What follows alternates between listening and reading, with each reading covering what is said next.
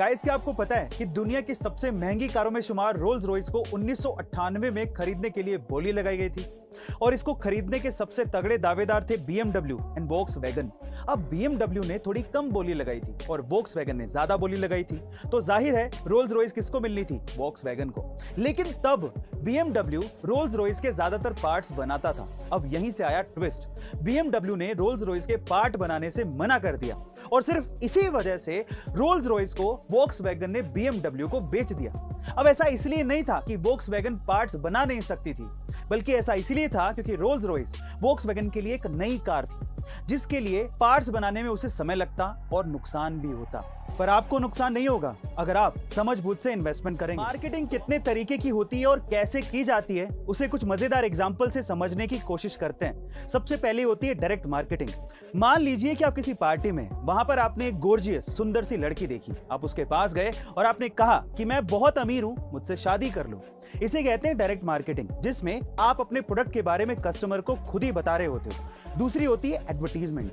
फिर से मान लीजिए कि आप किसी पार्टी में, तब आपका कोई दोस्त किसी सुंदर सी लड़की के पास जाता है और आपकी तरफ इशारा करते हुए बोलता है कि वो लड़का बहुत अमीर है, उससे शादी कर लो। इसे कहते हैं एडवर्टीजमेंट, जिसमें आपके प्रोडक्ट के बारे में कोई तीसरा बंदा कस्टमर को समझा रहा होता है या बता रहा होता है। गाइस, आपको मार्केटिंग को समझाने वाले ये अमेजिंग एग्जांपल कैसे लगे कमेंट सेक्शन में जरूर लिखिएगा। पाई एक ऐसा रहस्यमय कमाल का नंबर है जिसके डेसिमल के बाद अनंत नंबर आते हैं और जिसे आज तक पूरी तरह से कोई भी कैलकुलेट नहीं कर पाया है। लेकिन स्विट्जरलैंड के साइंटिस्ट और रिसर्चर्स का यह कहना है कि उन्होंने पाई के नंबर को डेसिमल के बाद 62.8 ट्रिलियन नंबर तक कैलकुलेट कर लिया है, और वो भी पूरे 108 दिन की कड़ी मेहनत के बाद। उनका यह भी कहना है कि उनका यह एक्सपीरियंस साइंस में रिसर्च और डेवलपमेंट में काम आएगा। बाय द वे, मेरा आपसे यह सवाल है कि पाई की वैल्यू को आप डेसिमल के बाद कितने नंबर तक याद कर पाए हैं? कमेंट सेक्शन में जरूर लिखिएगा। बड़ी बड़ी कंपनियों में सेल्स और प्रोडक्टिविटी को बढ़ाने के लिए अजब गजब रूल बनाए जाते हैं। कैसे? जरा ध्यान से सुनिएगा। सबसे पहले अमेज़न में 2 पिज्जा टीम रूल चलता है। इसका मतलब यह है कि कंपनी में किसी भी मीटिंग में इतने ज्यादा लोग नहीं होने चाहिए कि उन्हें 2 पिज्जा खिलाए ही ना जा सके। मतलब मैक्सिमम एक मीटिंग में 8 से 10 लोग ही होने चाहिए ताकि मीटिंग को इफेक्टिव बनाया जा सके। दूसरा, एप्पल स्टोर में सेल्स पर्सन को सख्त हिदायत दी जाती है कि वो कस्टमर की प्रोनाउंसिएशन को, यानी कि उच्चारण को कभी भी ठीक नहीं करेगा। वो एप्पल के प्रोडक्ट को किसी भी तरह से प्रोनाउंसिएट कर रहा हो, लेकिन हमें उसे सुधारने की कोई जरूरत नहीं है।